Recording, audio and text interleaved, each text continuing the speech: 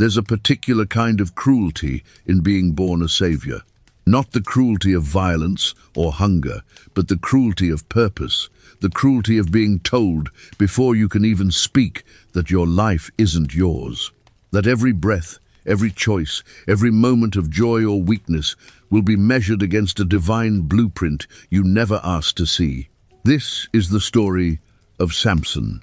But before we talk about the man who tore apart lions and toppled temples, we need to understand the cage he was born into. It's approximately 1100 BCE. The land of Israel sits like a wounded animal under the boot of the Philistines. 40 years of occupation. 2 full generations who've never known freedom. The Philistines control the weapons. They have iron, sophisticated metallurgy, organized military infrastructure. The Israelites? They have prayers and fading memories of a God who once parted seas. In a small town called Zorah, there's a man named Manoah. His wife has no name in the biblical text, and rabbinic tradition asks us to sit with that absence. Was it because her story was swallowed by her sons? Or because her identity was meant to represent every mother who births a child not for herself, but for history? She's barren. In the ancient Near East, this isn't just a medical condition, it's a social death sentence, a whispered curse, a daily humiliation. And then, one afternoon, alone in the fields, she sees him.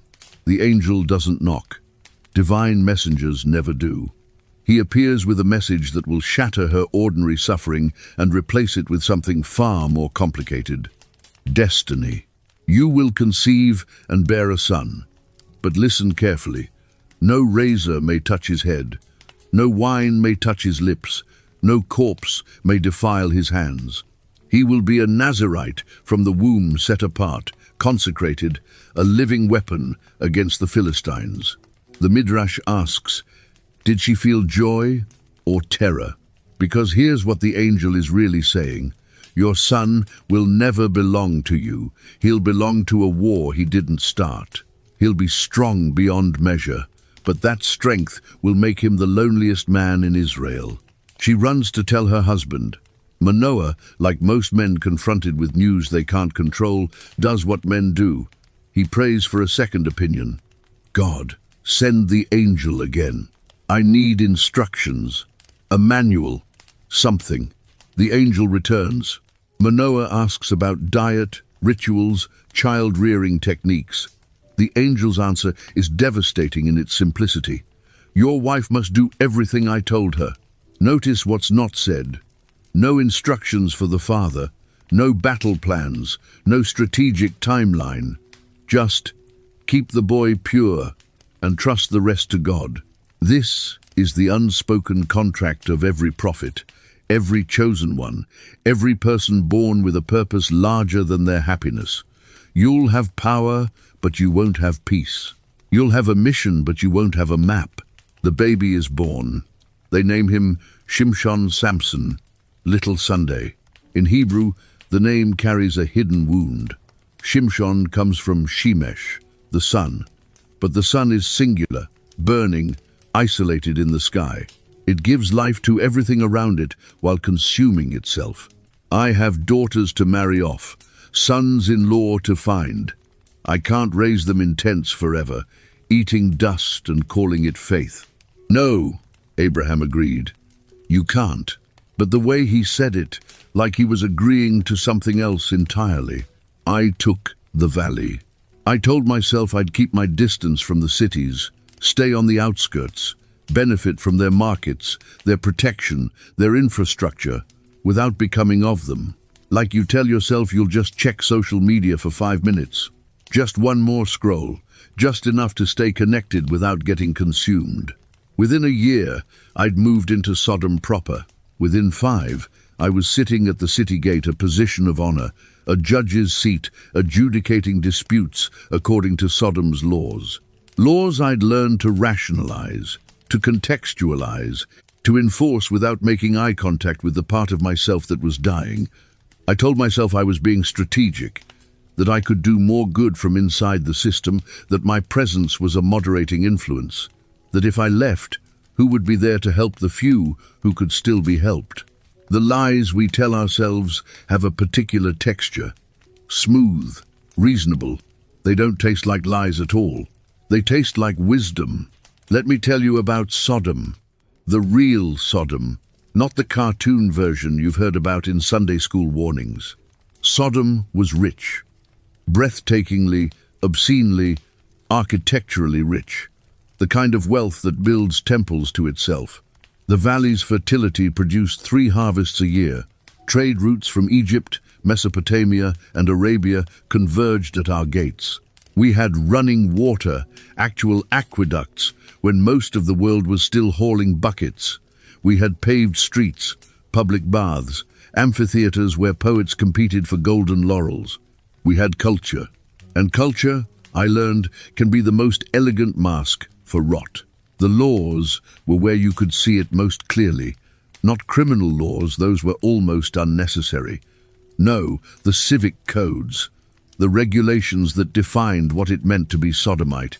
Article 47 of the City Charter, any citizen who gives bread to a beggar shall have their hands struck off. Any citizen who gives water to a traveler shall have that water measured and poured back down their throat until they drown. I watched them enforce it once. A young woman, a baker's daughter, had given half a loaf to a starving child. The first time the Spirit of God hit Samson like a freight train, he's walking alone on the road to Timnah. He's a young man now, early 20s, maybe. The text doesn't give us his exact age, but we know this. He's old enough to feel the weight of his difference and young enough to believe that love might be the cure. Timnah is a Philistine town, and Samson has seen a woman there. Let's pause here, because this is where most retellings get it wrong. They paint Samson as a lustful brute, a man enslaved by his appetites. But the Hebrew text is more psychologically precise. Judges 14:3, Samson says to his father, "Get her for me, for she is right in my eyes." Not beautiful, not desirable. Right. The word is yashar, straight, proper, fitting. You could buy a contract on a debt slave for an hour, do whatever you wanted, and return them with a receipt. Legal, regulated, civilized. And if you objected, if you suggested that perhaps some pleasures weren't worth the price, you were the problem. Backwards, prudish, probably religious, which in Sodom was code for dangerous fundamentalist. You'd lose your seat at the gate, your business contracts, your daughter's marriage prospects. So you learned not to object. You learned to look at the slave markets and see economic efficiency, to hear screams and call it entertainment, to watch your neighbors grow hollow behind their eyes and call it sophistication. You learned to live in Sodom. I became fluent in it. The ethical gymnastics, the mental partitions. I had a whole shelf of arguments for why I stayed. I'm helping from within. I'm protecting my family. This is just how the world works. At least I'm not participating. At least I still believe in something. At least, at least, at least. The mantra of the man standing in the middle, convinced his position is noble, when really it's just frozen. But here's what I couldn't partition away. My dreams. Every night, the same vision. I'd be standing in my house, and the walls would start weeping. Not water, something thicker. When I'd touch it, my hand would come away red. And I'd hear a voice, not words, just a frequency asking the same question. How long? I'd wake up next to my wife, her face peaceful in sleep, and I'd think, 1 more year. I'll get the girls married. I'll secure our position. Then we'll leave. But 1 more year became 5, became 10, became 20, because leaving meant admitting I'd been wrong to stay. And that price felt higher than any I was paying. The day the world ended began like every other day in Sodom. I was at the gate, my usual position, settling a property dispute between 2 merchants. The case was tedious. One claimed the other had violated a contract by delivering silk 3 days late. The defendant argued that an accident to his caravan constituted force majeure. Sodomite law was clear. Contracts were sacred. Excuses were weakness. I ruled for the plaintiff. Ordered the defendant's youngest son sold into indenture to cover the damages plus interest. The defendant wept. The plaintiff smiled. The crowd dispersed. Justice. The sun was setting, that particular hour when the sky over the salt sea turns colors that don't have names. Copper bleeding into violet. The air thick and sweet. Jasmine mixing with something sharper. Sulfur, maybe. The valley always smelled faintly of sulfur. I was preparing to leave when I saw them. Two men at the far end of the square, standing near the traveller's gate. And the moment I saw them, something in my chest lurched. They weren't sodomite. You could tell. It wasn't their clothes, simple robes, travel-stained but well-made. It wasn't their features. They could have been from anywhere, faces that somehow looked both young and ancient. It was something else, something in the way they stood, like they weren't subject to the same gravity as the rest of us. And they were being watched. He grabbed his staff oak, hardened in fire, heavy as a baseball bat, and ran straight at 250 pounds of apex predator. The lion dropped the lamb and turned, and David saw his own death in its eyes. That's when instinct took over. The staff caught the lion across the skull, full swing, everything he had. The crack echoed off the rocks. The cat staggered, shook its head, and David hit it again. And again. He didn't stop until the thing stopped moving, and when it was over, his hands were shaking so badly he couldn't hold the staff. The lamb lived. David had killed a lion with a stick. But here's what the Sunday school versions miss. He didn't feel victorious. He felt terrified. For 3 days afterward, every shadow looked like teeth. He discovered something about himself. He was capable of violence when the stakes were high enough and the discovery wasn't noble. It was just true. The bear came 6 months later. Same script, different animal. This time, David didn't hesitate. He knew what he was capable of.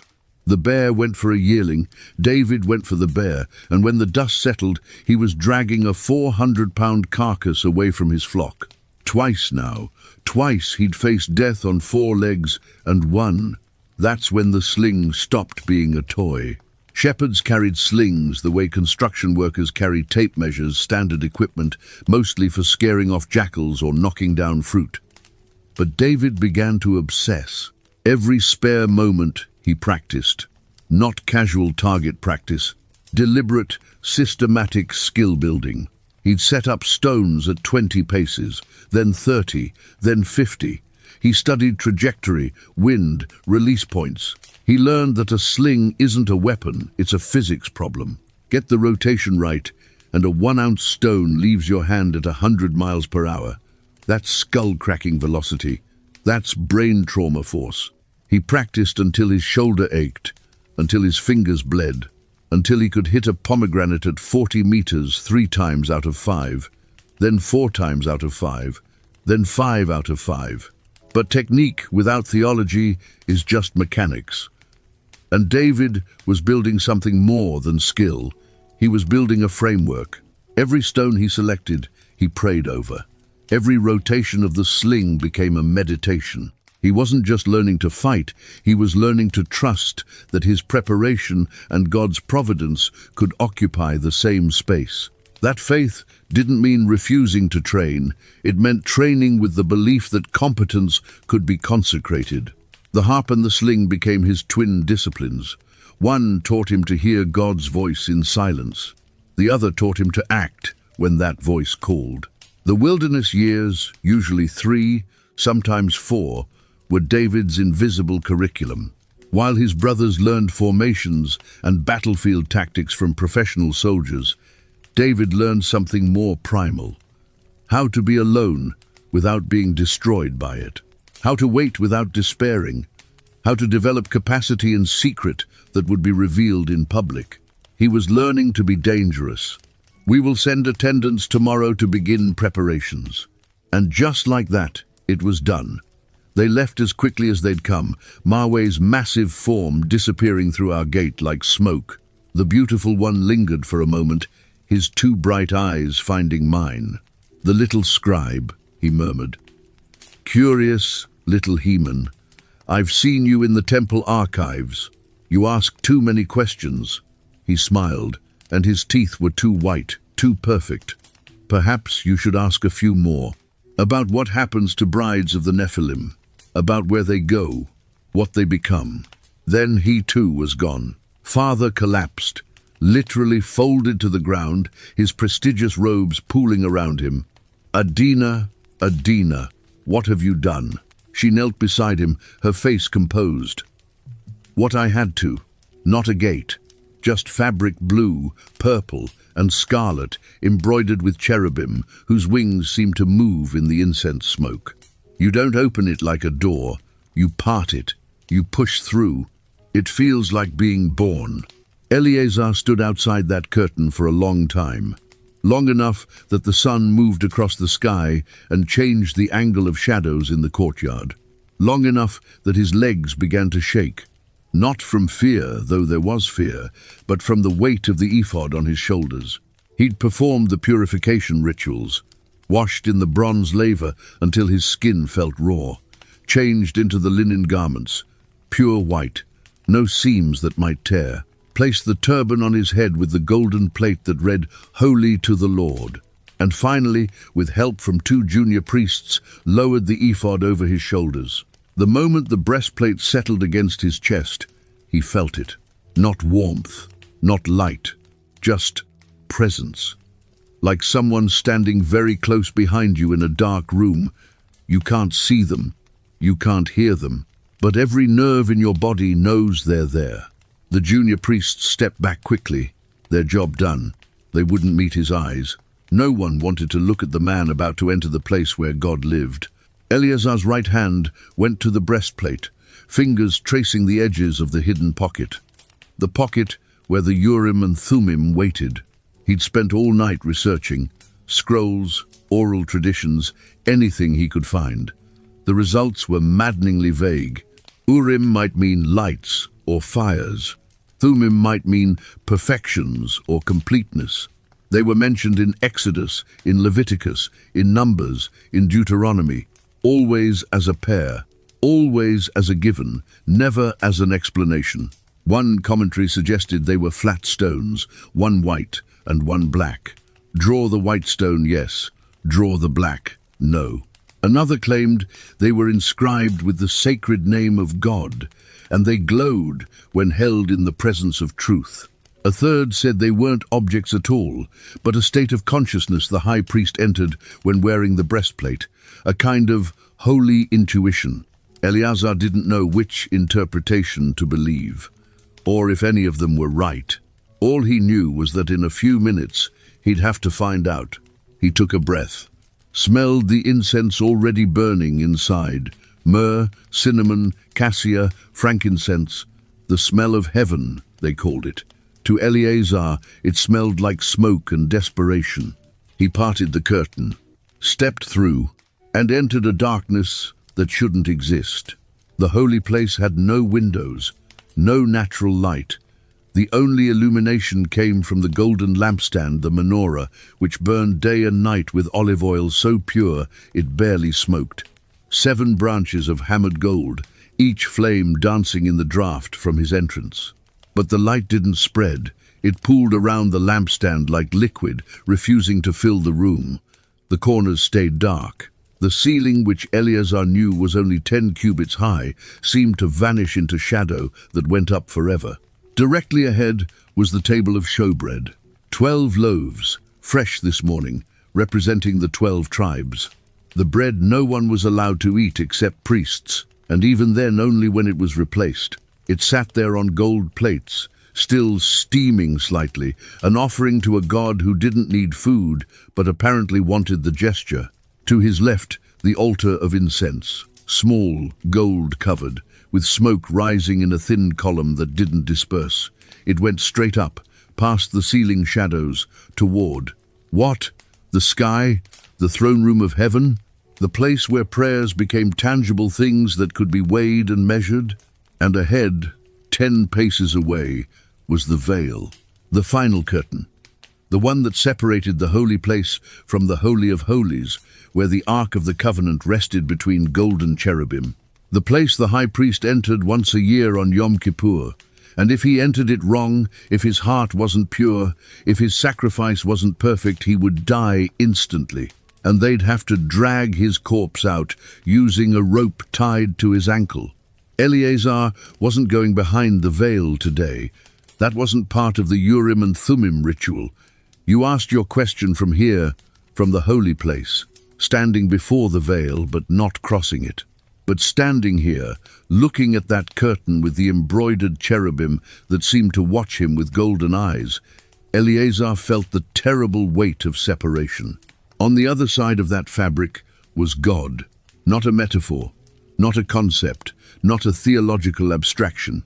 The actual, literal, present-tense presence of the one who spoke galaxies into existence, who carved laws into stone with fire, who drowned armies and fed millions, and knew every thought Eleazar had ever hidden in the darkest corners of his mind.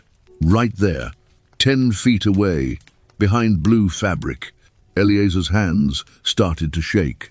He forced himself to breathe, forced himself to remember why he was here.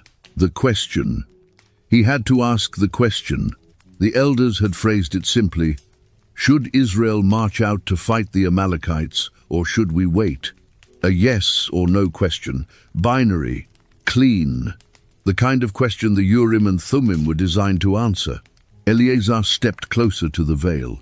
The incense smoke swirled around him, and for a moment he thought he saw patterns in it, faces, wings, eyes, but when he blinked, there was only smoke. He reached up to the breastplate, found the pocket, slipped his fingers inside, and froze, because he couldn't feel anything. His fingers moved through empty fabric, no stones, no objects, nothing. Panic spiked through him. Had someone stolen them? Had his father been buried with them by mistake? Were they never there at all? Just a legend? A metaphor? A 3,000-year-old lie? He pushed his hand deeper into the pocket, past the wrist now, searching desperately. And then his fingertips brushed something. Not stone, not metal. It was smooth, cool. And the moment he touched it, the 7 flames of the menorah flickered in unison, as if a wind had blown through the room. But there was no wind. Eleazar's heart hammered in his chest. The golden bells on his robe hem, he'd forgotten about those, started to chime softly with each beat of his pulse. Ting, ting, ting. He wrapped his fingers around the object, started to pull it out. And a voice, not a sound, but a pressure in his skull, said, "What are you really asking?" Eleazar's hand stopped. The voice came again. Not from the veil, not from the smoke, from inside his own head, but in a tone that wasn't his. "You want to know if Israel should fight, but what you're really asking is, am I worthy to answer? Am I holy enough to hear me? Am I enough?"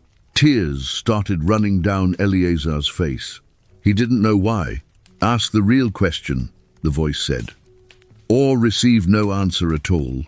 And Eleazar stood there, hands still in the pocket, surrounded by smoke and darkness and the terrible, loving silence of God, and realized he'd been asking the wrong question his entire life. Let me pull you out of that moment for just a second.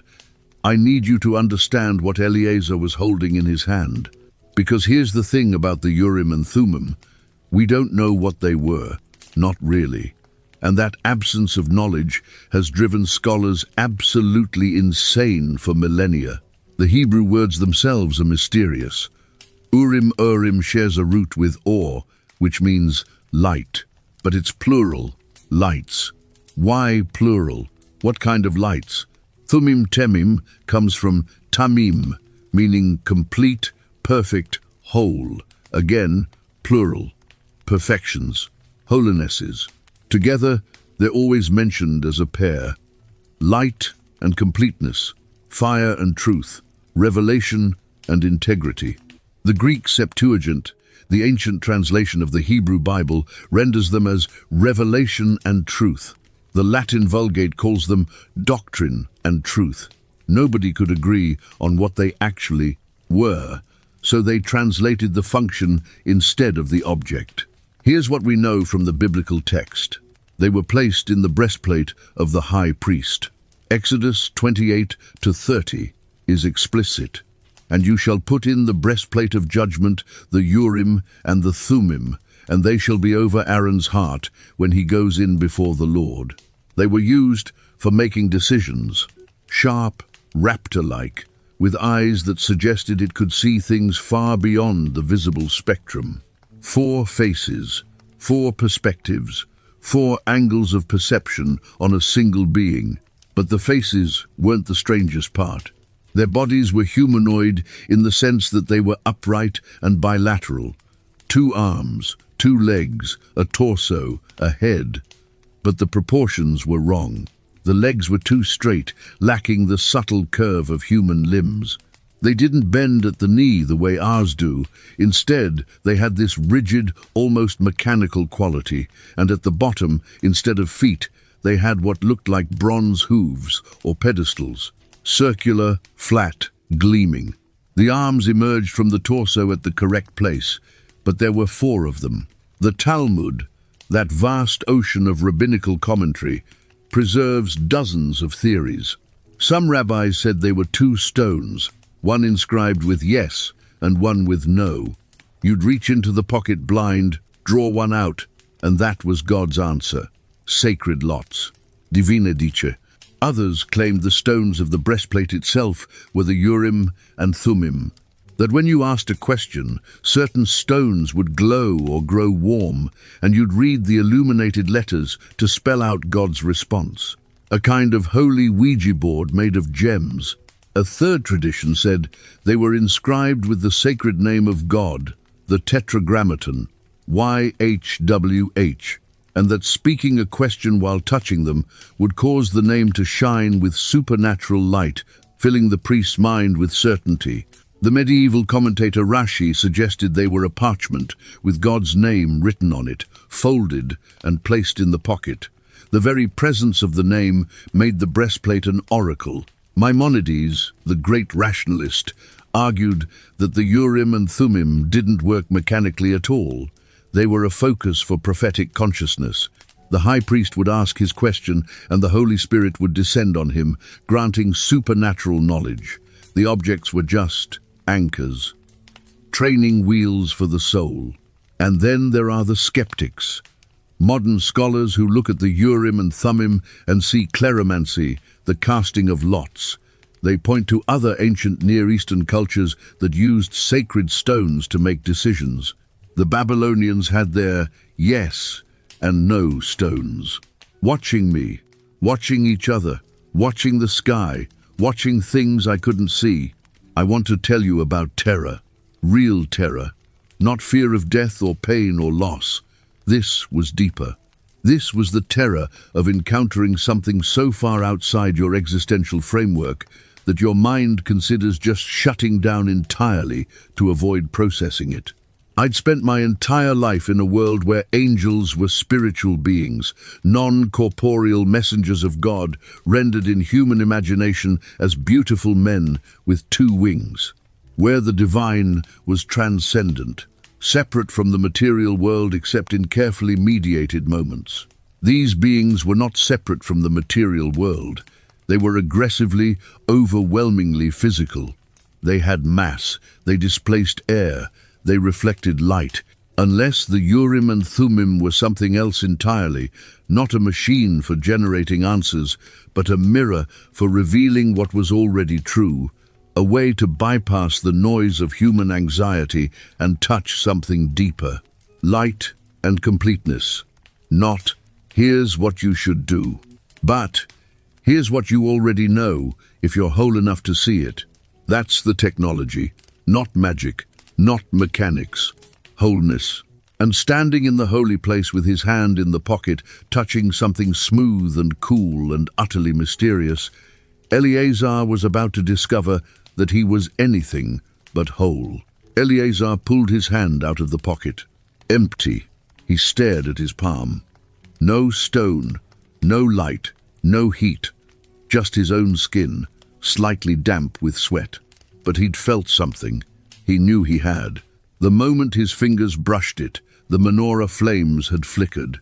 The voice had spoken in his head. Ask the real question. But he didn't know what the real question was. He only knew the question the elders had given him. Should we fight the Amalekites or wait? He took a breath, steadied himself, reached into the pocket again. This time, his fingers closed around something immediately. It was there, solid, real, roughly the size of a date pit, smooth on one side, slightly textured on the other. He pulled it out. In the lamplight, it looked like polished stone, white, with veins of grey running through it like smoke frozen in marble. It sat in his palm, ordinary and impossible at the same time.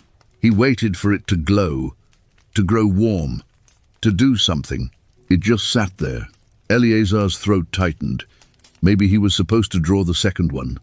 He reached back into the pocket with his other hand, searching. Found another object, similar size, different texture.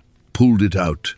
This one was darker, black stone, or possibly obsidian, with a surface so smooth it reflected the lamplight like a mirror. 2 stones, one light, one dark.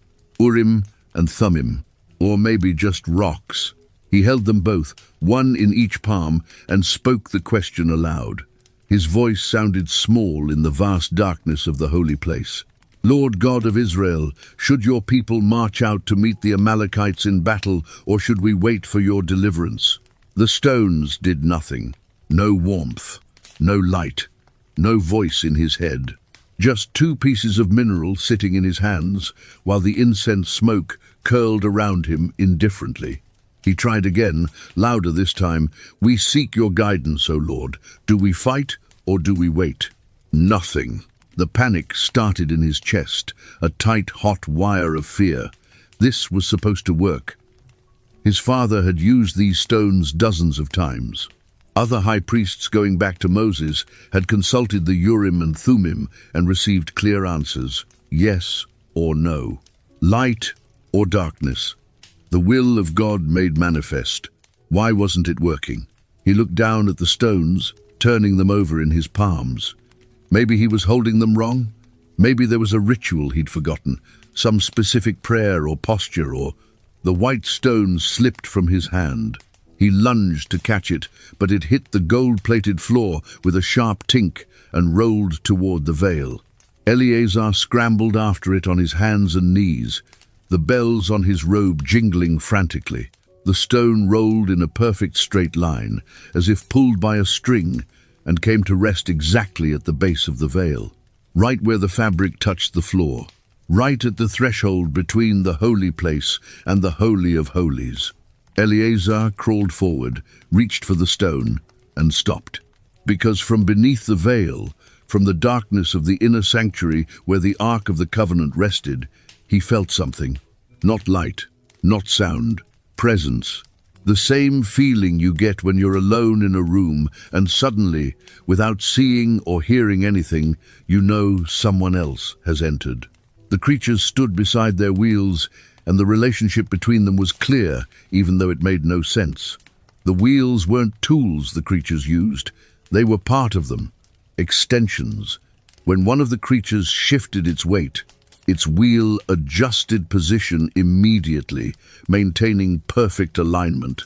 When the creature's wings moved, the wheel's rotation speed changed. They were synchronized, bonded, a single system. I forced myself to stand. My legs were numb from kneeling, and I nearly fell. One of the creatures, the one directly in front of me with its human face watching me with bronze intensity, made a slight gesture with its visible hand. The wheel beside it stopped spinning, completely, instantly. No deceleration, no gradual winding down, just movement, then stillness, like a video paused mid-frame. The silence was worse than the sound had been. I could hear my own breathing now, ragged and too fast. I could hear the faint lap of the canal water behind me. could hear, very far away, someone shouting in Akkadian, probably wondering about the cloud or the noise or both. But from the creatures and their wheels, nothing, just presence, waiting. I realized they wanted something from me, expected something, some response, some acknowledgement, some action, but I didn't know what. I'd performed thousands of rituals, memorized countless procedures for approaching the holy. None of them had prepared me for this. So I did the only thing I could think of. I spoke. "Who are you?" My voice cracked, came out as a whisper, but in that unnatural silence, it seemed loud. The creature didn't answer, not with words, but its wings shifted. The upper wings, the ones connected to its neighbors, folded slightly. The eyes on its body all turned toward me simultaneously, hundreds of faceted lenses focusing on my face. And then something rose above them. I'd been so focused on the creatures and their wheels that I hadn't noticed what was above them. But now, as I tilted my head back, I saw it. A platform, a structure, something spanning all four creatures, resting on the canopy formed by their connected wings. It looked like ice, like frozen crystal, like glass somehow harder than stone. It stretched from being to being, perfectly flat on top, creating a floor or foundation for something else. And on that crystalline expanse, another structure rose. A throne. The word I'm going to use is rakia. In Hebrew it means firmament or expanse. It's the word Genesis uses for the dome of the sky, the hard surface God placed between the waters above and the waters below during creation. But this wasn't the sky. This was a thing, an object, a manufactured surface suspended above the four creatures on their upraised wings. It was maybe 20 feet across, perfectly circular, and it looked like sapphire that had been frozen and then polished to absolute smoothness. But it wasn't opaque.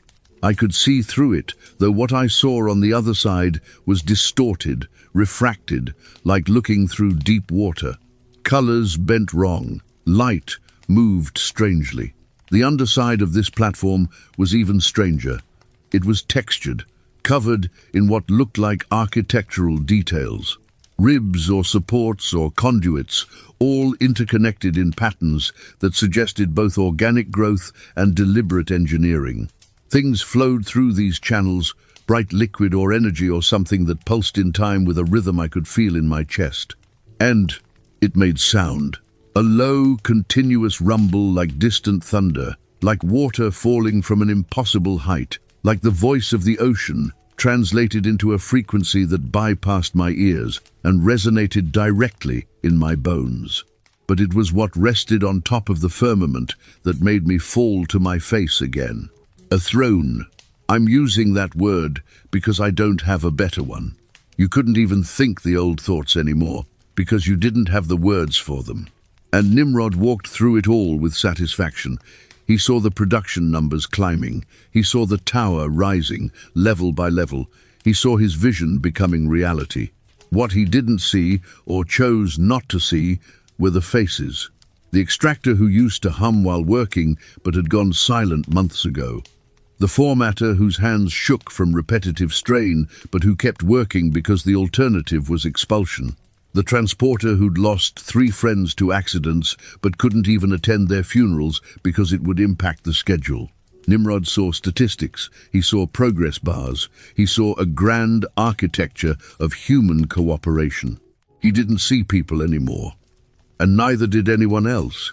There was a woman named Ada. She'd been a storyteller before the tower, traveling between family groups, keeping the oral histories alive. She knew every story from creation to the flood, could recite the genealogies, could sing the songs that connected people to their past. But storytellers don't build towers, so she was assigned to brick molding. For the first few months, she tried to keep her stories alive. She'd whisper them while she worked, teaching fragments to the younger molders. But the supervisors noticed. "Focus on your work," they said. "Storytelling reduces efficiency." She tried singing the old songs during the evening meal, but people were too exhausted to listen. And besides, the songs were about God's mighty acts, God's faithfulness, God's covenant. In the Tower City, those stories felt irrelevant, obsolete, from a weaker time before humans learned to save themselves. Eventually, Ada stopped telling stories. She just made bricks. Her hands moved in the practiced rhythm. Her mind went blank, and the stories, those precious links to humanity's memory, faded into silence. When she died, years later, from lung disease caused by brick dust, the production log simply noted, "Formatter 891 removed from service, replacement assigned." Nobody remembered she had a name. Nobody remembered she'd been a keeper of memories. Nobody remembered that when she died, entire narratives, entire ways of understanding the world, died with her. Because in the machine, parts are replaceable, and people had become parts. The tower rose higher. The system grew more complex. The hierarchy deepened, and every single person in Shinar knew their exact place in the grand design. They knew their productivity scores. They knew their efficiency ratings. They knew their value to the tower. What they didn't know anymore was their value as human beings, as individuals created in the image of God, unrepeatable, irreplaceable, infinitely precious. They traded their identity for a job function, their purpose for a quota, their humanity for a place in the machine. And they called it civilization. They called it progress. They called it the future. They didn't call it what it was, the slow, methodical murder of the soul. But that realization was coming, and it would arrive in the form of a single brick, falling from a great height, shattering on the ground below, while a human body fell beside it, utterly forgotten. It was a Tuesday when the tower killed its first worker, at least the first one that anyone noticed. The tower was already higher than any structure humanity had ever built, 300 cubits tall by some measurements, high enough that clouds sometimes drifted through the upper levels, high enough that the workers at the top needed additional rest periods because the air was thinner up there. High enough that when you fell, you had time to understand what was happening before you hit the ground. His name was Elam, 23 years old, a transporter assigned to the upper levels. His job was to carry bricks from the ramp system to the masons who were laying the next level of the tower. It was exhausting work. The bricks were heavy, the path was narrow, and at that height, one misstep meant death. On this particular Tuesday, Elam was tired. He'd worked a double shift because his team was behind quota. His hands were shaking from fatigue, and when he stepped onto a section of scaffolding that hadn't been properly secured, he didn't have the reflexes to catch himself. The scaffold gave way. Elam dropped the brick he was carrying and reached for something, anything, to grab onto. His fingers brushed wood, but couldn't hold. He fell 300 cubits. The brick fell beside him. Both shattered when they hit the ground. The brick exploded into fragments. Elam's body broke in ways I won't describe. A crowd gathered immediately, workers from nearby sections abandoning their posts. Someone ran to get help, though what help could be provided was unclear. Someone else vomited at the sight. And Nimrod came striding through the crowd, alerted by his supervisors that there'd been an incident. This is the moment, this is the precise instant when we can pinpoint the death of the soul of Babel. Nimrod looked at the scene, at the shattered brick, at the shattered body, at the crowd of workers, their faces showing horror, grief, recognition of their own mortality. And Nimrod said, "How long will it take to replace that brick?" Silence. Someone in the crowd, a woman, said quietly, "Sir, the man." Nimrod glanced at Elam's body, looked back at the broken brick, and something flickered across his face. Not sadness, calculation. "The man is replaceable," Nimrod said. "We have thousands of transporters, but that brick represents resources, labor, kiln time. Every brick matters. How long to replace it?" A supervisor stammered, Three days, sir, from clay to finished product." Unacceptable, Nimrod said. The upper-level team is already behind schedule. Pull a brick from the reserve stores, immediately. He turned to leave, then stopped, looked at the body again, and this is the part that witnesses would remember for the rest of their lives. A single tear rolled down Nimrod's cheek. Someone in the crowd thought, for just a moment, that he was human after all, that he felt something for the dead worker. But Nimrod pointed at the broken brick fragments and said, his voice cracking with emotion, "So much waste, so much unnecessary waste." He was crying over the brick, not the man, the brick. Then he composed himself, wiped his eyes, and addressed the crowd in a harder voice. "Let this be a lesson. Carelessness costs the tower. Inefficiency costs us all. Return to your stations. We've lost enough time today." The crowd dispersed slowly, robotically, because what else could they do? The system required obedience. The tower demanded productivity, and Nimrod had just clarified what really mattered. But something broke in that moment, not in the physical tower, in the spiritual architecture of the whole enterprise. Because the people finally saw it, saw what they'd become, saw what the tower had turned them into. They were bricks, human bricks, stackable, replaceable, valuable only in aggregate. Individually, they meant nothing. Their lives, their dreams, their fears, their loves, irrelevant. What mattered was their function, their productivity, their contribution to the grand design. Elam's body was cleared away by the end of the day. The production logs noted, transporter 3,847 lost to accident, replacement drawn from training pool. His parents weren't notified. There was no funeral. There was no pause in the work to honor his life. There was just the steady rhythm of brick being laid on brick, the tower climbing higher, the machine continuing to run. But in the quiet moments, in the spaces between shifts, people started whispering, started questioning, started remembering that there was a time, not so long ago, when a human life mattered more than a brick. One old man, a survivor of the flood's immediate aftermath, spoke up at an evening meal. His voice was quiet, but it carried, "My grandfather told me about the world before the flood. He said it was wicked. He said men had become so corrupt, so evil, that God had to destroy it all. And I used to wonder, how bad could it have been? Surely not worse than the flood itself." He looked around at the other workers, their faces hollow with exhaustion. "But now, I understand," he said. "It wasn't the violence that made the old world wicked. It was the way people stopped seeing each other as people. The way life became cheap. The way the strong used the weak as tools." Someone hissed at him to be quiet. Sedition could get you expelled. But the old man continued, "We're doing it again, building the same world God destroyed, and we're calling it progress." The next day, the old man was gone. Reassigned, the supervisors said, sent to a lower-level task more suitable for his age and failing abilities. Nobody ever saw him again. But his words lingered, because deep down, everyone knew he was right. They'd all felt it when Nimrod cried over the brick, when the system valued a piece of baked clay more than a human soul.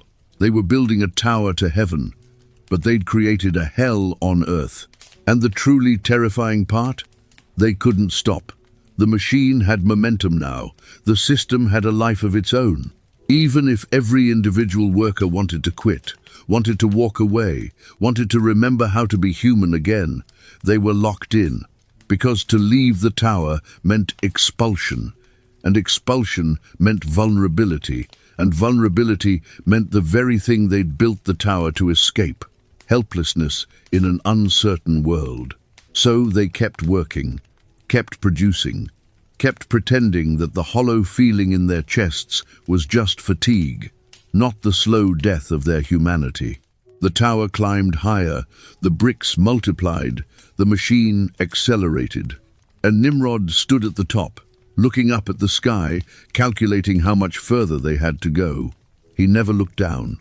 never saw the faces of the people crushed beneath the weight of his vision. He only saw heaven, growing closer, almost within reach. Almost.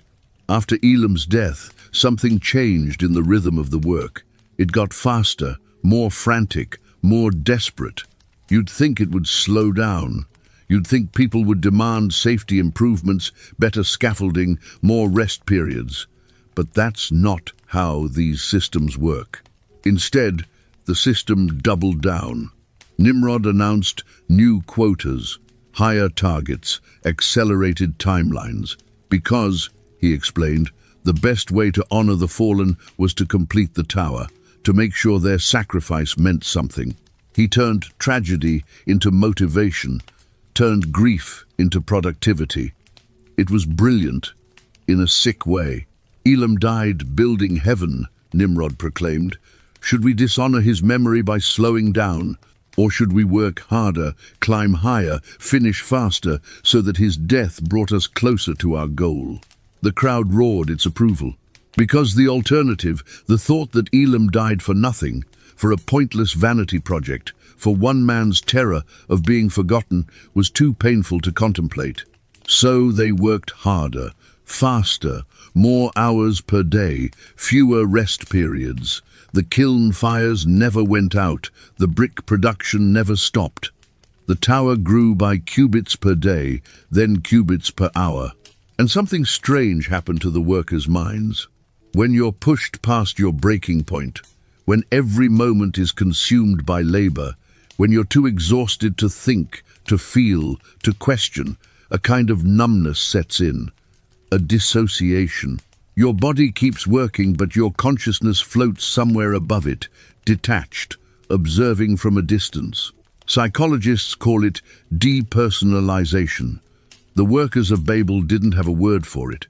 They just knew that at some point they stopped feeling real.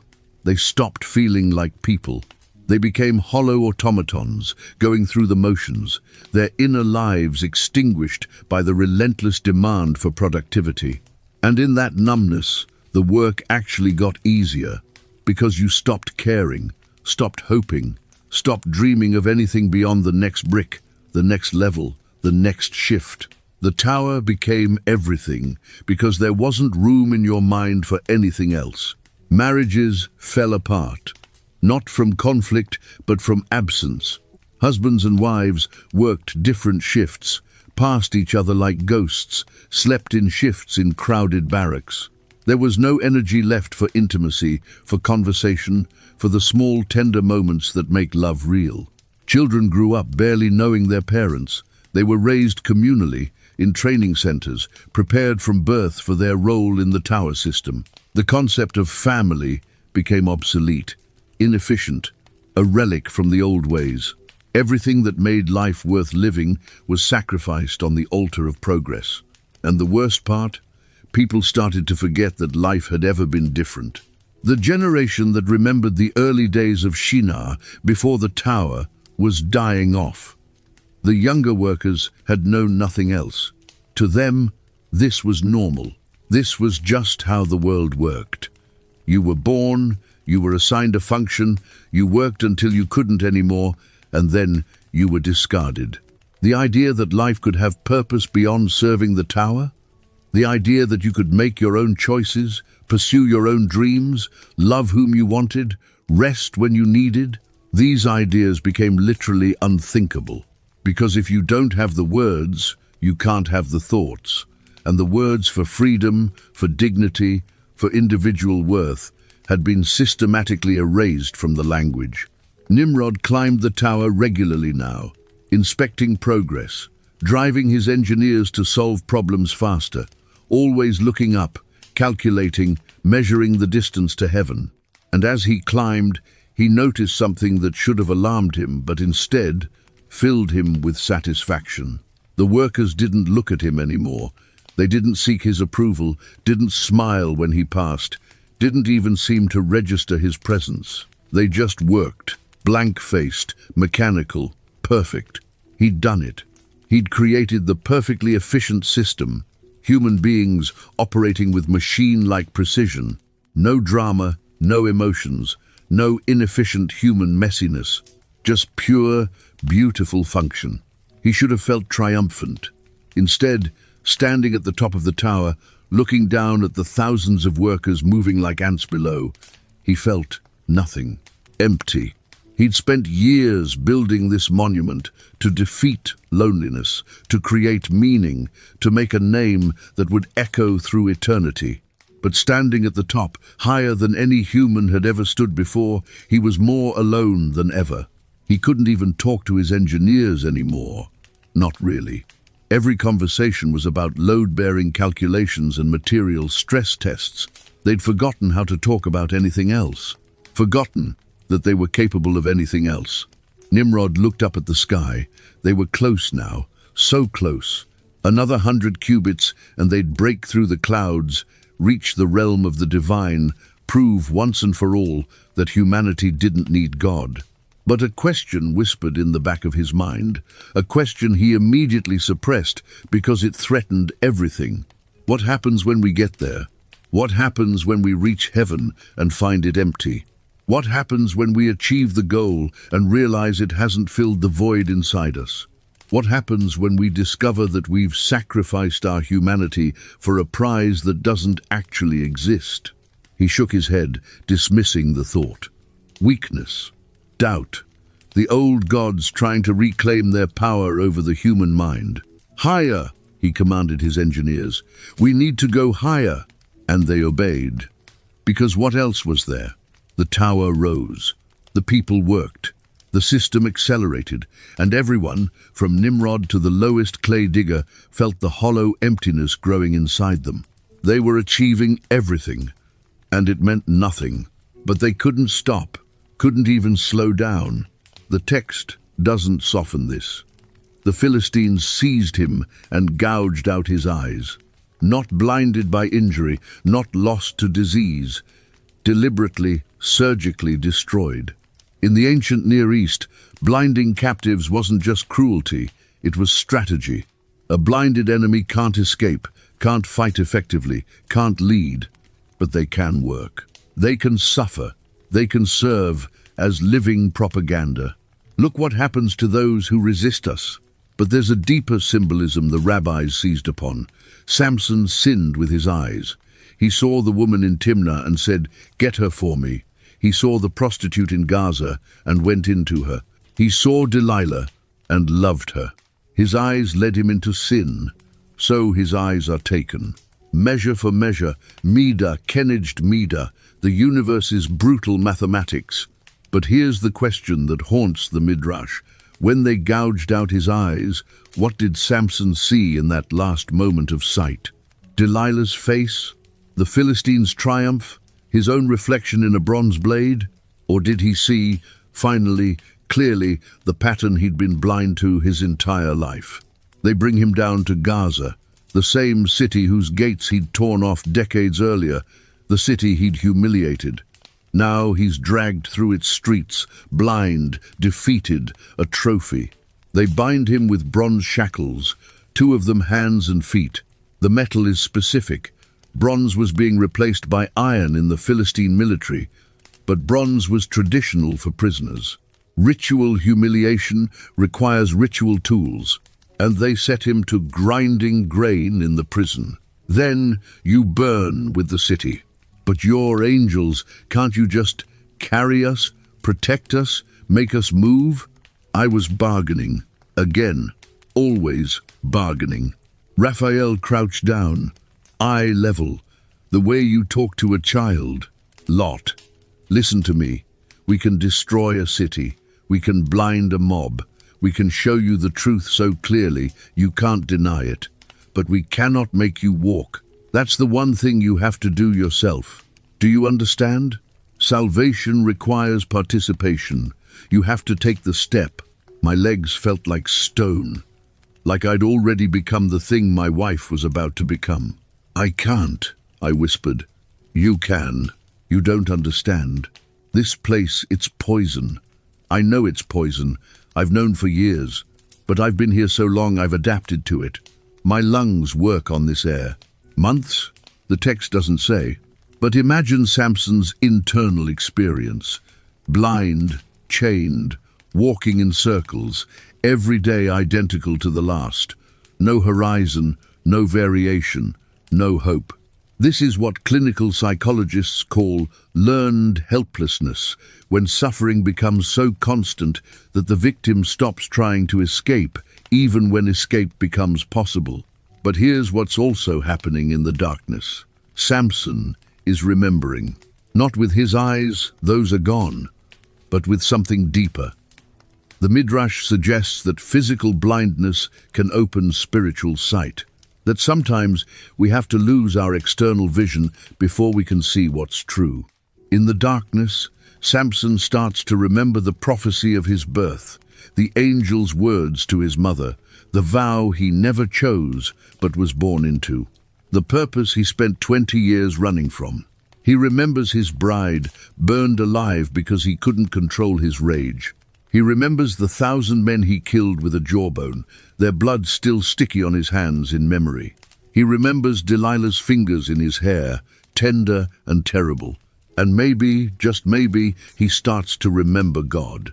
Not the God of the Spirit rushing upon him, the God of superhuman strength and easy victories, but the God who speaks in silence, who waits in darkness, who doesn't abandon even those who've abandoned him.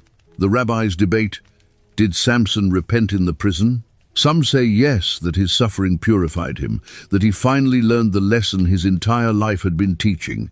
Strength without wisdom, where he's just destruction wearing a divine mask. Others say no, that Samson remained Samson until the end, that what looks like repentance was really just another transaction with God, one final bargain. But maybe the question itself is wrong.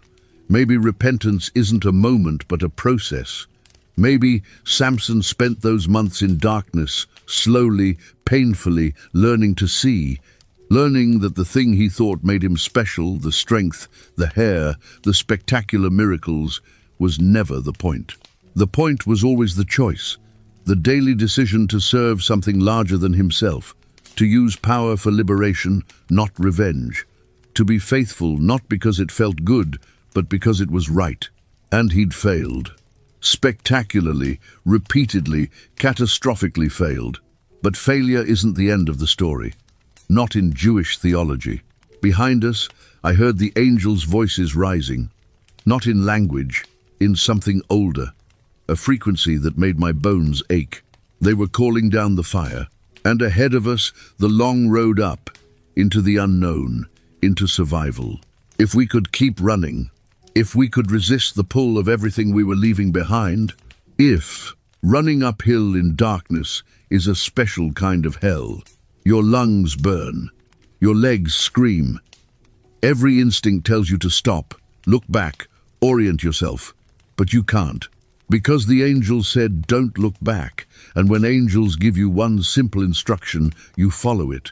We ran. Edith, Tamar, me. 3 people who hadn't run anywhere in 20 years. We'd had servants, carriages, comfortable lives that didn't require cardiovascular exertion. They'd lead him out of the prison. After months, maybe years of walking in circles, he's finally moving in a straight line. But he still can't see where he's going. The irony would be funny if it weren't so devastating. Samson spent his whole life not knowing where he was going. Now the metaphor has become literal. They arrive at the temple. The crowd erupts. 3,000 people on the roof alone, the text tells us. More inside. The entire Philistine elite gathered to celebrate their greatest victory. And at the center of it all, a blind, broken, humiliated man who once made them tremble. They mock him, make him perform, dance. Probably the text implies entertainment, spectacle, degradation. Samson, who judged Israel for 20 years, is now a dancing bear. And somewhere in the darkness behind his ruined eyes, something begins to shift. Not the spirit rushing upon him. Not yet. This is quieter, deeper. This is a man reaching the absolute bottom and finding, in that abyss, the one thing he'd been missing his entire life. Clarity. Let's sit with the darkness for a moment. Because this is where the story lives now, in the space between the fall and the final act, in the grinding of grain and the growing of hair, in the blindness that forces a new kind of seeing. The prison in Gaza becomes Samson's monastery, his seminary, his crucible. The Psalms say, "It was good for me that I was afflicted, that I might learn your statutes." Samson is learning, finally. Too late, maybe, but learning. Every religion has a concept of dark night of the soul, the period where God feels absent, where suffering strips away everything false, where identity dissolves and has to be rebuilt from nothing. Christian mystics called it the dark night. Buddhist monks call it the great doubt.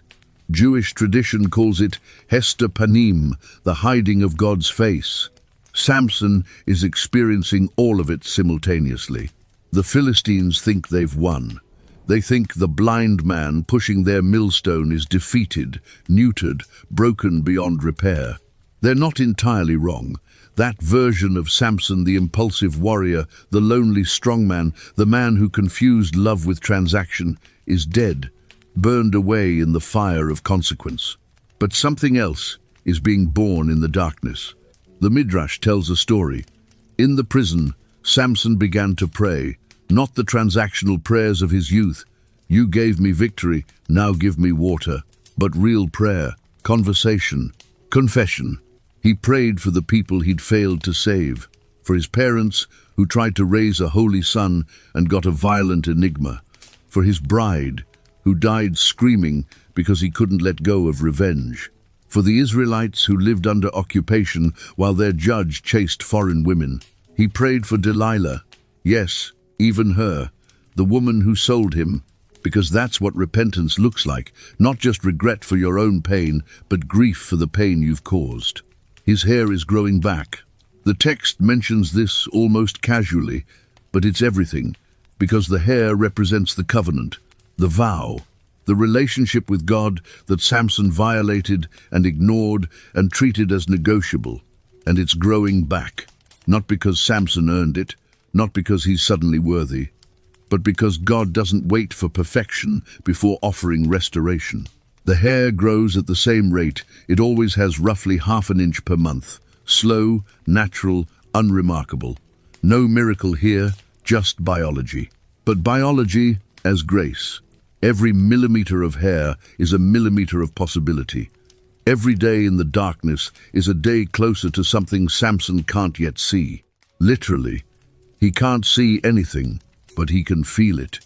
The weight returning to his head, the familiar sensation of hair on his shoulders, the physical reminder that what was lost can be found again. Theologians argue about whether Samson's strength returned with the hair or if it was always about faith, not follicles. But that's a false binary. The strength was always divine, always a gift. The hair was always a symbol, a reminder, a physical manifestation of spiritual reality. When the covenant is broken, the symbol is removed. When the covenant is renewed, the symbol returns. Samson's hair growing back isn't magic, it's metaphor made flesh. It's God saying, "I'm still here, the door is still open, return is still possible." And in the grinding, endless darkness of the prison, Samson finally does what he should have done 20 years earlier. He returns, not dramatically, not publicly. There's no thunder, no angelic visitation, no burning bush. Just a blind man, walking in circles, pushing a stone, feeling his hair grow and realizing, "I was wrong about everything. I thought strength was the point. It was never the point. I thought I was special because I was powerful. I was special because I was chosen for service. I thought love would save me. Only obedience saves." The day they come for him, he's ready. Not ready to fight, he still can't see. Still doesn't know if the strength has returned. But ready in a deeper way. Ready to stop running. Ready to stop hiding. Ready to finally, fully, completely submit to the purpose he was born for. They unlock the bronze shackles from the millstone, but leave his wrists and ankles bound. Lead him through the streets of Gaza. The crowd sees him and jeers. Look, the Israelite champion. Where's your God now? Dance for us, strong man. Samson doesn't respond, doesn't rage, doesn't threaten, just walks. Inside, he's praying. A different kind of prayer than he's ever prayed before. Not, God, help me win. Not, God, help me survive. But, God, use me. One more time. For your purposes, not mine.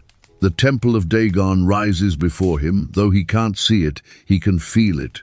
The way the sound changes, the acoustics of a massive enclosed space, the stone cool under his feet, the smell of incense and sweat and triumphant humanity, they lead him to the center, make him stand there while 3,000 people on the roof and thousands more inside scream their joy at his humiliation. The lords of the Philistines are there, all 5. Like the price of looking back when you're supposed to run forward. Why? Tamar was sobbing. Why did she look? Why couldn't she just... Because she loved wrong, I said. Heard myself say it. She loved the wrong things, or loved the right things in the wrong order. She loved US, she loved Rizpah. That's not wrong. She loved her memory of Rizpah. The child, not the woman who chose to stay. She loved her idea of us, the family we were supposed to be, not the family we actually were. I was still touching the statue, this thing that used to hold my wife. She loved backwards, I continued. Loved what was instead of what could be. And when the angel said, don't look back, it wasn't arbitrary. It was diagnostic. The ones who could move forward would survive. The largest was close to 9 feet, his shoulders broad enough that normal humans had to sidestep to avoid him. They moved through the crowd like ships through water, humans parting instinctively to let them pass. And they were beautiful, terrible and beautiful. Their features too perfect, their movements too graceful, their voices too compelling.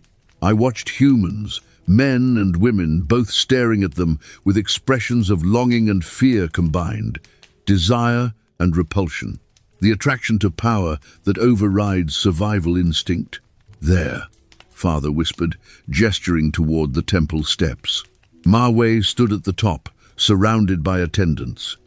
He wore armor, bronze plates, polished to a mirror sheen, inlaid with gold. His hair was braided with silver wire. He looked like a god of war from ancient poetry. And beside him, small and pale and draped in white silk, was Adina. My breath caught. I barely recognized her. They'd done something to her appearance, cosmetics, probably, taught by the Watchers. Her eyes were outlined in kohl, making them look larger. Her lips stained red. Her hair arranged in elaborate braids woven with pearls. She looked like a doll, a beautiful, fragile doll, standing next to a bronze colossus. She looks terrified, Aunt Livna said quietly. She did. Even from a distance, even through the makeup and silk, I could see the tension in her shoulders, the way her hands trembled, the forced smile that didn't reach her eyes.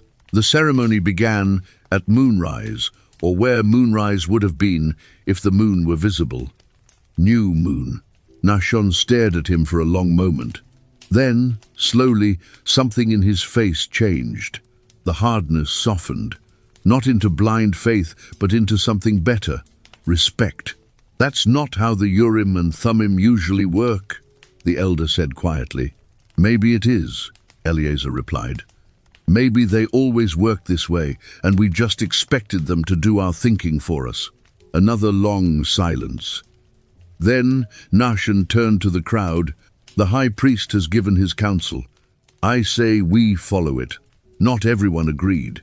There were shouts, arguments, questions, but slowly, because what else could they do, the crowd began to accept it. A third option, not fight or flight, but strategy. As the assembly broke up and people returned to their tents, Nahshon approached Eleazar alone. Did they really give you clarity? He asked, voice low.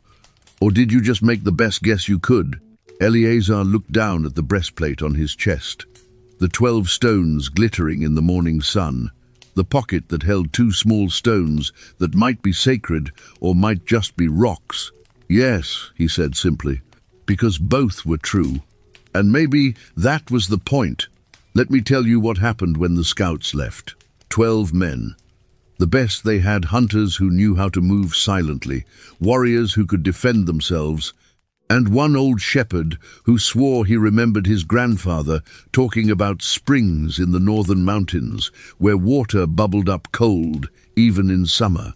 They left at midday, when the Amalekite scouts watching from the hills would see them go, would see Israel sending men north while the enemy approached from the south, would think, they're panicking, dividing their forces, making desperate, stupid mistakes. Good, let them think that. Meanwhile, Eleazar did something strange. He called the remaining priests together, all of Aaron's descendants, 37 men ranging from teenagers to grandfathers, and told them, "We're going to pray in shifts. Day and night, someone will be in the holy place, burning incense, asking for guidance and protection." For the scouts, one of the younger priests asked. For all of us, for clarity, for water, for wisdom. Eleazar touched the breastplate. The Urim and Thummim aren't magic. They're a practice, a way of aligning ourselves with truth. And I think we've been treating them like a vending machine. Put in a question, get out an answer, instead of what they really are, which is a discipline of wholeness. Urim light comes when we're willing to see clearly. Thummim completeness comes when we stop fragmenting ourselves into what we think we should be and just are. The older priests nodded slowly. The younger ones looked confused, but they all took their shifts, and something strange happened. On the second night, a young priest named Ithamar came out of the holy place with tears streaming down his face. "What happened?" Eleazar asked. "I felt it," Ithamar whispered.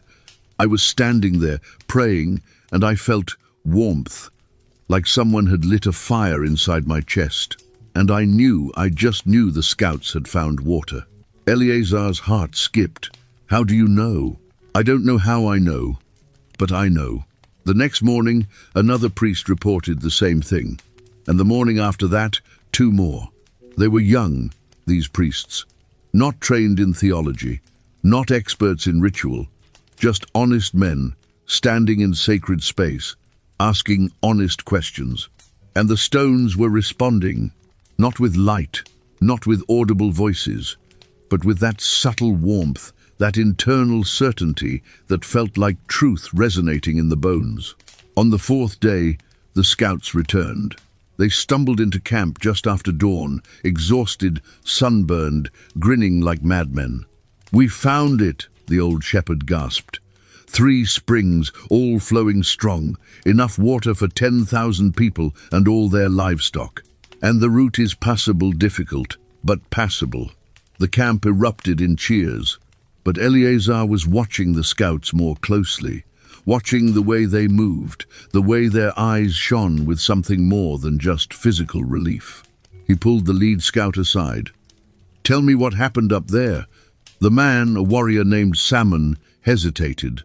Then, something strange. The second night, we'd almost given up. We'd searched every canyon the old man remembered, found nothing but dry riverbeds. We were about to turn back. And then, I felt something, like a pull, like someone tugging at my chest, telling me to go 1 more ridge north. I ignored it at first, thought it was just desperation, but it wouldn't stop. So I followed it. And there it was, water pouring out of a crack in the rocks like someone had opened a faucet. "A pull," Eleazar repeated. "In your chest." "Yes. Did I do something wrong? Was I not supposed to trust that?" Eleazar smiled, put a hand on the man's shoulder. "No, you did exactly right. That was the Urim and Thummim working. But I wasn't wearing the breastplate. I'm not a priest." "Exactly." Salmon stared at him, confused, and Eleazar realized this was the secret, the thing the stones had been trying to teach him all along. The Urim and Thummim weren't confined to the breastplate. They weren't exclusive technology for the high priest's use only. They were a principle, a way of being in the world. When you aligned yourself with truth, when you stopped defending, stopped pretending, stopped fragmenting yourself into acceptable pieces, you became a vessel for divine wisdom. The wisdom was always there, flowing like water under the earth. The question was whether you were whole enough to feel it. Light and completeness. Not, God speaks only to special people in special ways, but God is always speaking. And when you become complete, integrated, honest, whole, you can finally hear it. The breastplate wasn't magic. It was a symbol, a reminder, a tool for training priests in the discipline of wholeness so they could teach it to everyone else. And that night, when Eleazar entered the holy place for the evening incense, he reached into the pocket one more time. The stones were warm, not hot, not glowing, just warm, like they'd been sitting in sunlight. And he understood, they'd always been warm, he just hadn't been still enough to feel it. The people of Israel began the journey north the next morning. It was slow, painfully slow. They had to move the tabernacle, which meant dismantling the entire sacred structure, walls, curtains, furniture, all of it, and carrying it on wagons through mountain passes, barely wide enough for a donkey. They had to bring the livestock, which were so weak from thirst that many couldn't walk without being carried. Children rode on parents' shoulders, the elderly leaned on the young. And every step of the way, they could see the Amalekite scouts watching from the ridges to the south. Nahshon walked beside Eleazar on the second day of the journey. "They're not attacking," the elder observed. "They're just watching. They're confused," Eleazar said. "We're not running away, we're moving laterally. It doesn't fit their expectations." They expected panic. "This looks like strategy." "It is strategy, yes. But they don't know if it's divine strategy or desperation, so they're waiting to see what we do. And when we reach the water, they'll see a people who shouldn't have survived, who were on the brink of death and somehow found life in a place no one expected. And they'll have to ask themselves, is this luck? Or is this a God who protects his people even when it makes no tactical sense?" Nahshon was quiet for a while.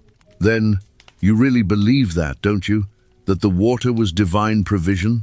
Eleazar thought about the warmth in the stones, about young priests feeling certainty in their chests, about a warrior following a pull he couldn't explain to water he had no reason to expect.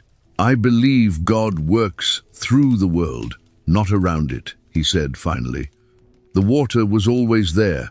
We just needed wisdom to find it, and wisdom to recognize it when we did." They reached the springs on the 6th day, and it was more than the scouts had promised. Not just 3 springs, but a whole network of them, feeding into natural pools surrounded by date palms and wild grass. Enough water to fill every vessel, to wash every body, to satisfy every animal. The people wept when they saw it. They fell to their knees and thanked God. They sang, they danced. Children splashed in the pools, while mothers filled jars and men led livestock to drink. And from the southern ridge, the Amalekite scouts watched. And then, slowly, they withdrew.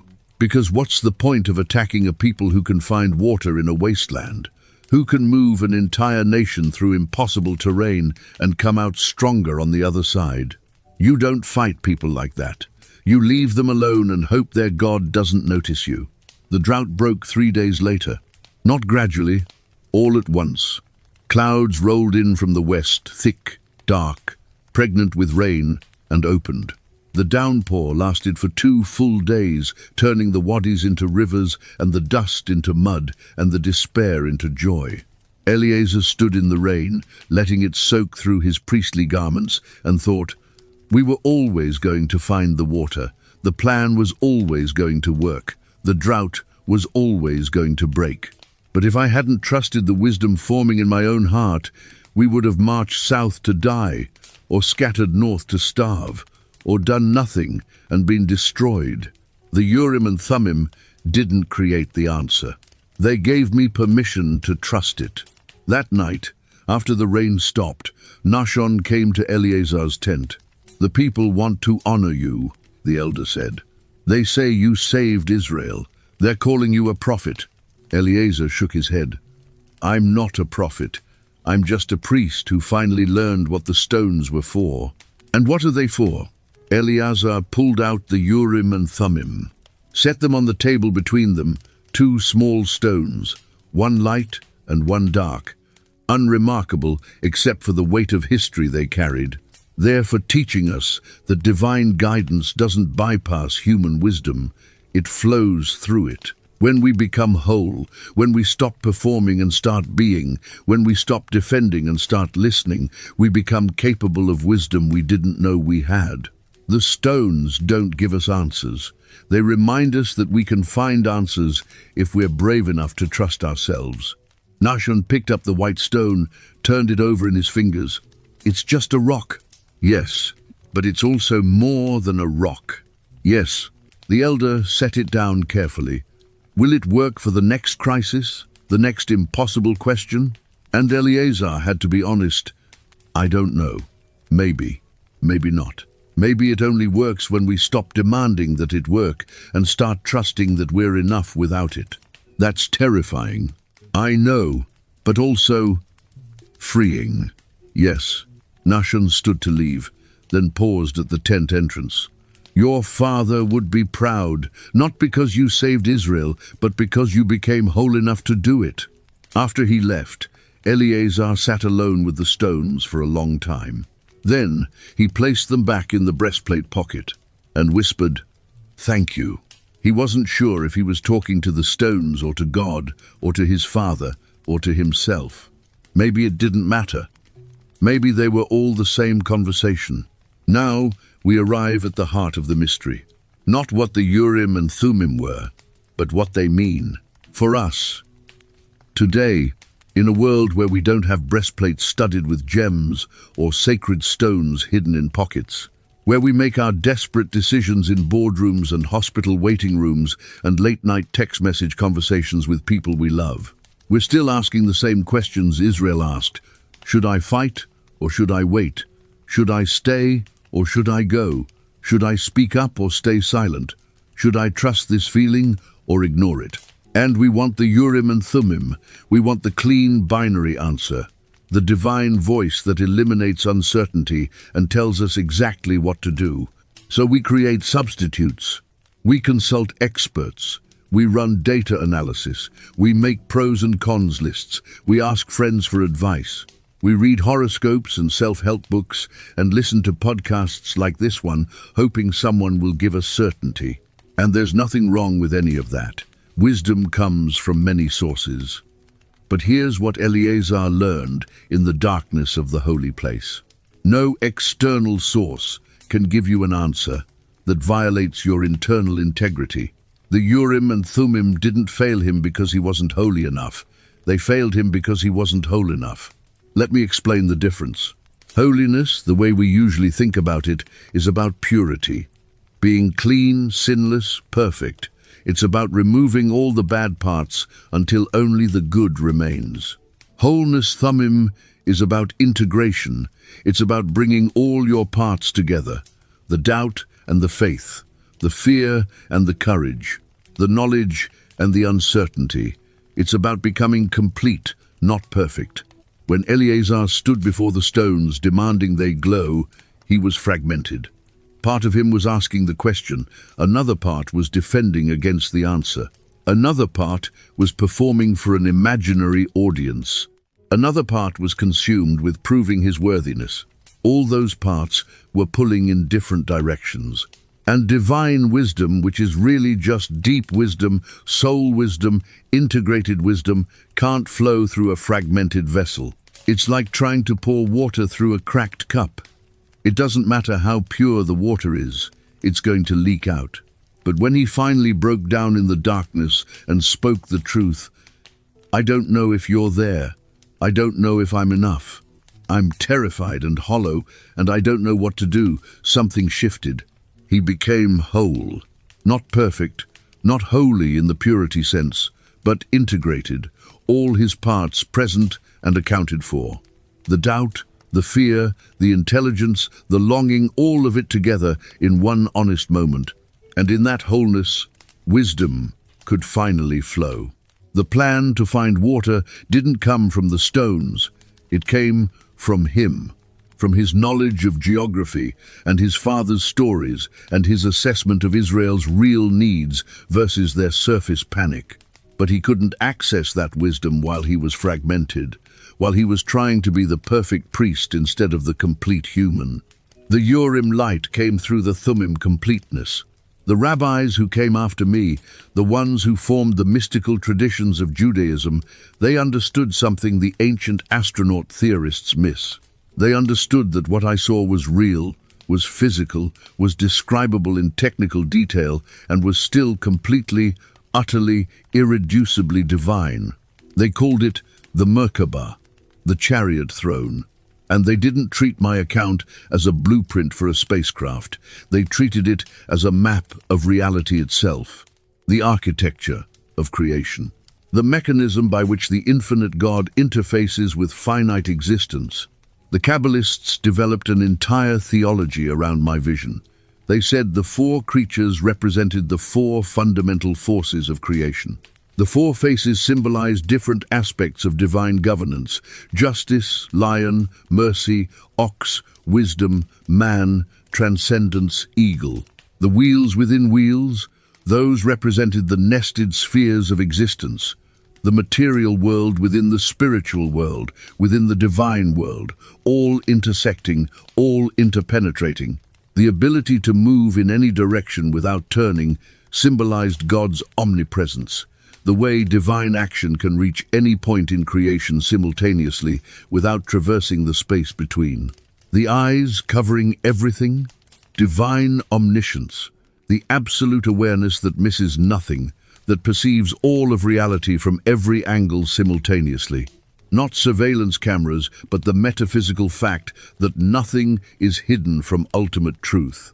And the firmament, the crystalline expanse between the creatures and the throne, Extun, that represented the necessary separation between creator and creation. The boundary that allows relationship. Without distance, without distinction, there can be no dialogue, no covenant, no love. The Jewish mystics who meditated on my text, who tried to achieve their own Merkabah visions, they weren't trying to communicate with aliens. They were trying to perceive the deepest structure of reality, to see past the surface of things into the divine mechanics underneath.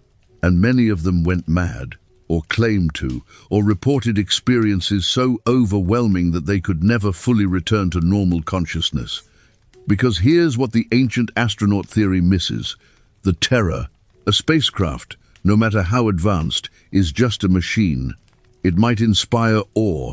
It might be beyond my understanding, but it shouldn't inspire the kind of existential dread I felt standing before that throne. What I experienced wasn't just, wow, cool technology.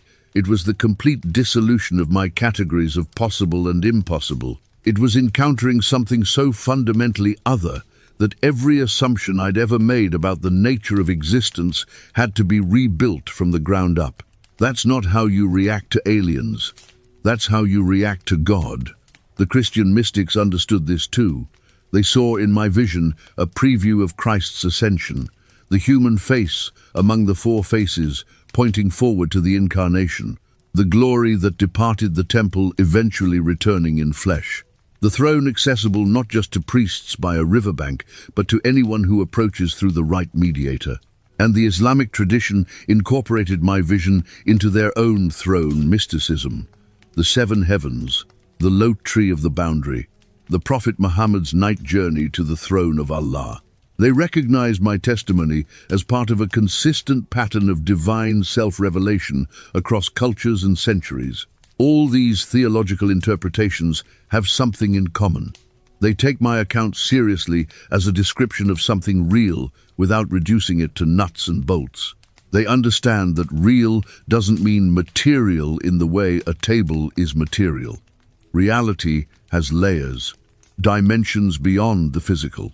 They'd learned to build sluice gates, simple mechanisms that could control water flow, let sediment pass through, keep channels clear. The valley people had never seen anything like it. They didn't have tides, so the concept had never occurred to them. But the engineering principles worked just as well for irrigation as for tidal management. Within a season, they'd implemented the design.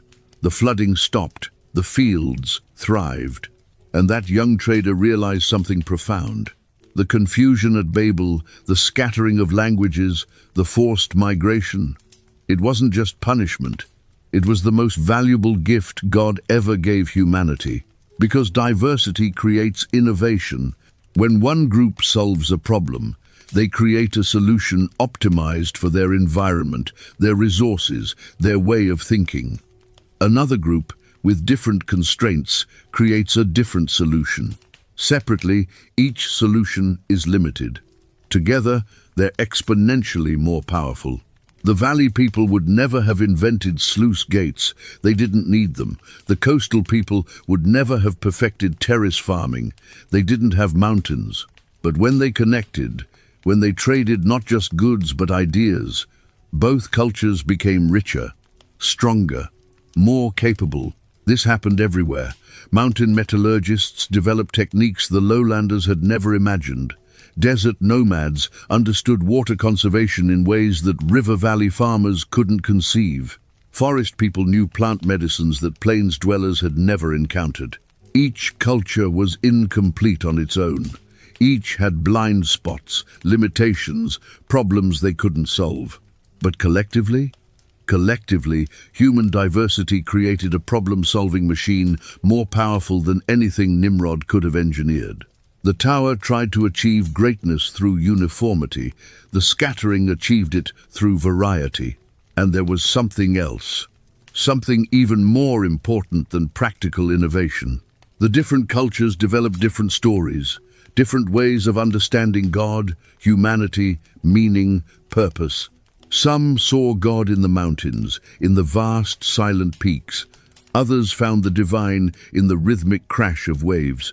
Still others encountered the sacred in the fertile mystery of seeds becoming plants. None of them had the complete picture, but each had a piece of the truth. And when travelers shared their stories, when cultures encountered each other's myths and songs and prayers, something beautiful happened. They realized God was bigger than any single perspective could contain. The people who stayed by rivers learned about God's transcendence from the mountain folk. The mountain people learned about God's generative abundance from the valley farmers. The farmers learned about God's dynamic movement from the coastal sailors. Each culture's limited understanding of the infinite got enriched by encountering other limited understandings. It was like the old story about blind men describing an elephant. One touches the trunk and says, "It's like a snake." Another touches the leg and says, "It's like a tree." Another touches the ear and says, "It's like a fan." None of them are wrong, but none of them have the full picture either. At Babel, Nimrod wanted everyone to see God the same way, his way, one perspective, one truth, one understanding. But God wanted humanity to see him from every angle, from mountains and valleys, deserts and oceans, forests and plains. To experience the divine through different lenses, different languages, different cultural frameworks, because God is infinite, and infinity can't be contained in a single perspective. The scattering wasn't about keeping humanity weak, it was about making us wise enough to know we don't have all the answers, humble enough to learn from people who see things differently, open enough to recognize truth in unfamiliar forms. The tower represented the human impulse toward totalizing systems. One language, one thought, one truth, one way. The scattering represented God's commitment to pluralism. Many languages, many perspectives, many paths to understanding, all ultimately pointing to the same divine reality. And here's the radical thing. God trusted humanity with this diversity. trusted that we could handle the messiness, the misunderstandings, the conflicts that inevitably arise when different cultures interact. Because the alternative, perfect uniformity enforced from above, would have killed our souls. Better to struggle with difference than to suffocate in sameness. Javan returned to his coastal home with new ideas from the valley people. They'd taught him about astronomy, about reading the seasons from star positions. It would reveille, and he brought them salt, shells, and stories from the sea. Cultural exchange, mutual enrichment. This was happening all over the world. Traders and travelers becoming bridges between cultures, learning enough of each other's languages to share ideas, to find common ground, to build connection despite difference. It was hard, so much harder than Babel's forced unity. There were misunderstandings, conflicts, wars, even when different cultures collided badly. But there was also music, art, innovation, wisdom. There was the gradual, difficult, beautiful work of learning to love across difference. To see the image of God in people who looked different, spoke different, thought different. The tower promised an easy unity. Just eliminate difference. God offered a difficult unity. Embrace it, wrestle with it, grow through it. One path led to death, masquerading as peace. The other led to life, messy and chaotic and real. Humanity chose life, not because we were wise, but because God forced our hand, confused our language, scattered our unity, and in doing so, gave us the gift we didn't know we needed, our own beautiful, diverse, irreplaceable particularity. The Tower of Babel stood empty in Shinar for centuries, a monument to the path not taken, a reminder of what happens when we try to build heaven through human engineering alone. But scattered across the earth in 1,000 different languages, cultures, and contexts, humanity flourished, not despite our differences. Because of them, that was Babel's hidden gift, the blessing disguised as curse, the judgment that was actually mercy. We asked for uniformity. God gave us diversity. We asked for control. God gave us freedom. We asked for certainty. God gave us faith. And it was better than we could have imagined, better than anything Nimrod's tower could have provided. Because heaven isn't something you build, it's something you receive. And it comes not through uniformity, but through the hard, joyful work of learning to see God in every culture, every language, every perspective that humanity's beautiful diversity can create. So here we are, Saturday, the 14th of February 2026. And I need to ask you the question that's been hanging over this entire story. Are we building another tower? Look around. Look at what we're creating. A handful of tech companies controlling how billions of people communicate, think, access information. Algorithms that decide what you see, what you believe, what you buy. AI systems promising to solve every human problem through optimization and efficiency. One platform. One algorithm, one way of seeing the world. Sound familiar? We're in the brick-making phase right now. The technology is seductive, it works, it's useful. Social media connects us. AI helps us. Search engines give us answers. The digital tower is rising, and we're all adding our bricks to it. And just like in Babel, we're told it's making us better, smarter, more connected.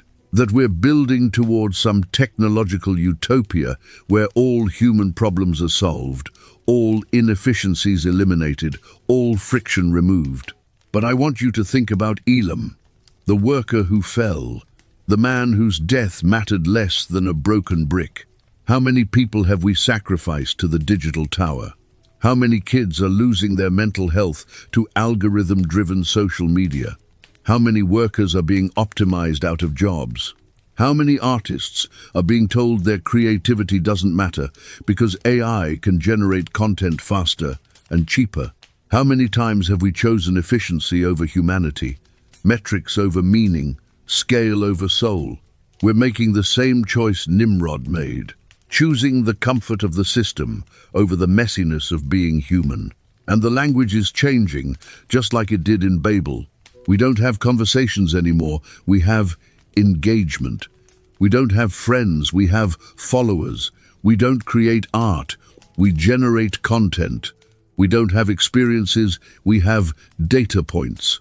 The vocabulary of relationship is being replaced by the vocabulary of metrics. Just like in Shinar, just like the tower demanded. And here's the terrifying part. We're voluntarily giving up our diversity, our differences, our unique perspectives. Because the algorithm rewards uniformity. The viral content all looks the same. The profitable businesses all use the same strategies. The successful creators all follow the same formula. We're being homogenized, optimized, standardized, turned into human bricks that fit neatly into the digital tower. Different is inefficient, weird is unmarketable, unique doesn't scale. So we file off our edges, smooth out our particularities, make ourselves legible to the machine. And we call it connection, we call it community, we call it progress. But it's the same lie Nimrod sold, the promise of unity through uniformity, the vision of a frictionless world where everyone thinks the same thoughts, values the same things, pursues the same goals. A world without the messy beauty of human difference. Now, I'm not saying technology is evil. Bricks weren't evil either. The problem wasn't the bricks. It was what they built with them. It was the tower, the system, the obsession with height at the cost of humanity. Technology is just a tool. The question is, what are we building with it? Are we using it to enhance our diversity, to connect across difference, to amplify voices that are normally marginalized, to solve problems in ways that preserve human dignity?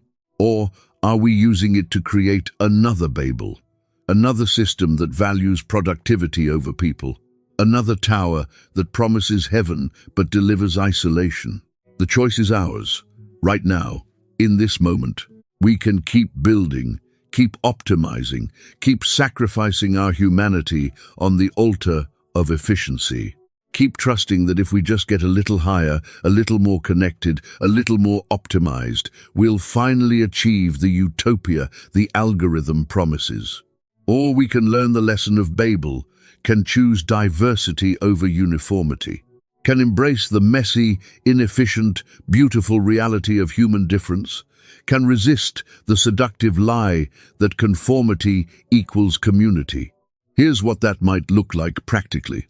We can choose to disconnect sometimes, to step away from the platforms that profit from our engagement, to rediscover what it means to be present with people who can actually see us, not just our curated online persona.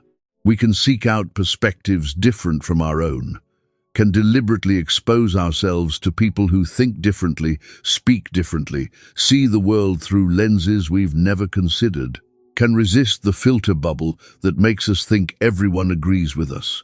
We can create things that don't scale, can make art that's weird and personal and unmarketable, can build businesses that prioritize people over growth, can invest in relationships that have no productivity value. We can remember that efficiency isn't the highest good, that optimization has limits, that some things, the most important things, are supposed to be inefficient. Love is inefficient. Beauty is inefficient. Meaning is inefficient. God is inefficient. But they're also what makes life worth living. Babel tried to eliminate inefficiency. God restored it through the confusion and scattering, because he knew that a perfectly efficient world is a dead world, a machine world, a world without souls. So the question isn't whether our technology will continue advancing. It will. The tower will keep rising. The question is whether we'll let it define us, whether we'll sacrifice our humanity to serve the system, whether we'll trade our diversity for the false promise of frictionless unity, or whether we'll choose differently this time. Whether we'll use our tools without becoming tools ourselves, whether we'll connect without conforming, whether we'll innovate without dehumanizing, Whether we'll build with bricks but refuse to become bricks.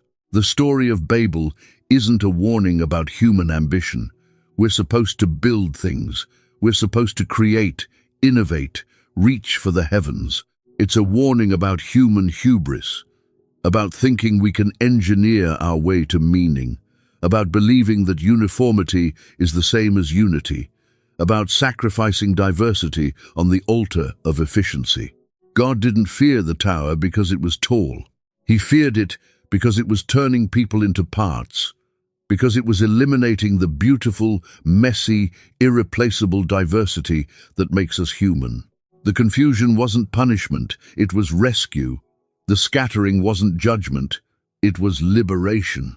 And maybe, just maybe, the fragmentation we're experiencing right now, the breakdown of consensus, the inability to agree on basic facts, the proliferation of incompatible worldviews, maybe that's not the problem.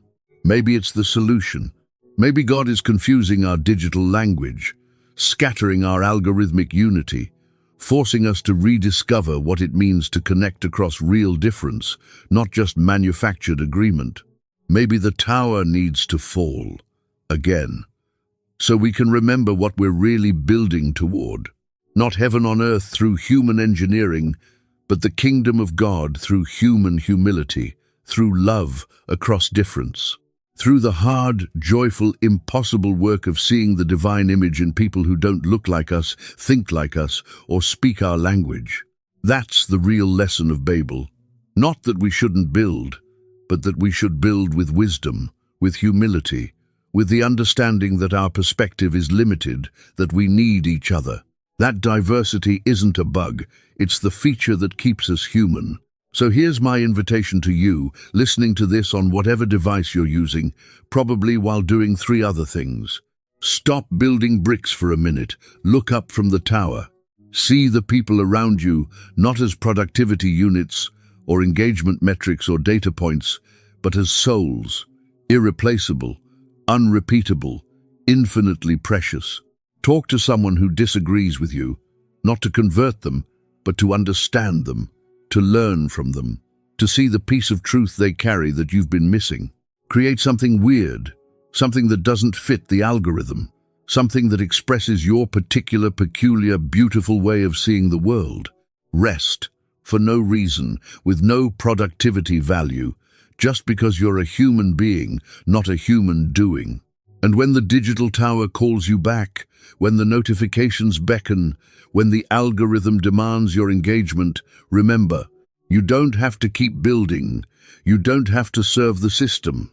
You don't have to trade your humanity for a place in the machine. Heaven doesn't want your subscription, it wants your heart. And the path there isn't up, through engineering and ambition and tower building. It's across, through connection, through love, through the messy, inefficient, impossible beauty of being fully human in a world that keeps trying to turn us into bricks.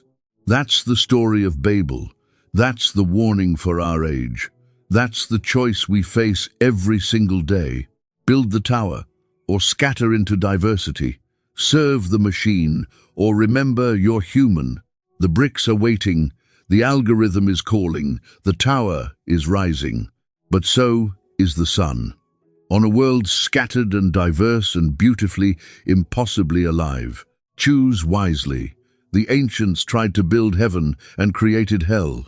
We have the chance to learn from their mistake, or to repeat it 1 brick at a time. The confusion is coming. Maybe it's already here. The question is whether we'll see it as judgment or mercy, as the end of everything or the beginning of something better, as punishment or as the gift we didn't know we needed. God scattered the people of Babel because he loved them too much to let them disappear into the machine. Maybe he's doing the same thing for us. Maybe the tower needs to fall so we can finally learn to fly.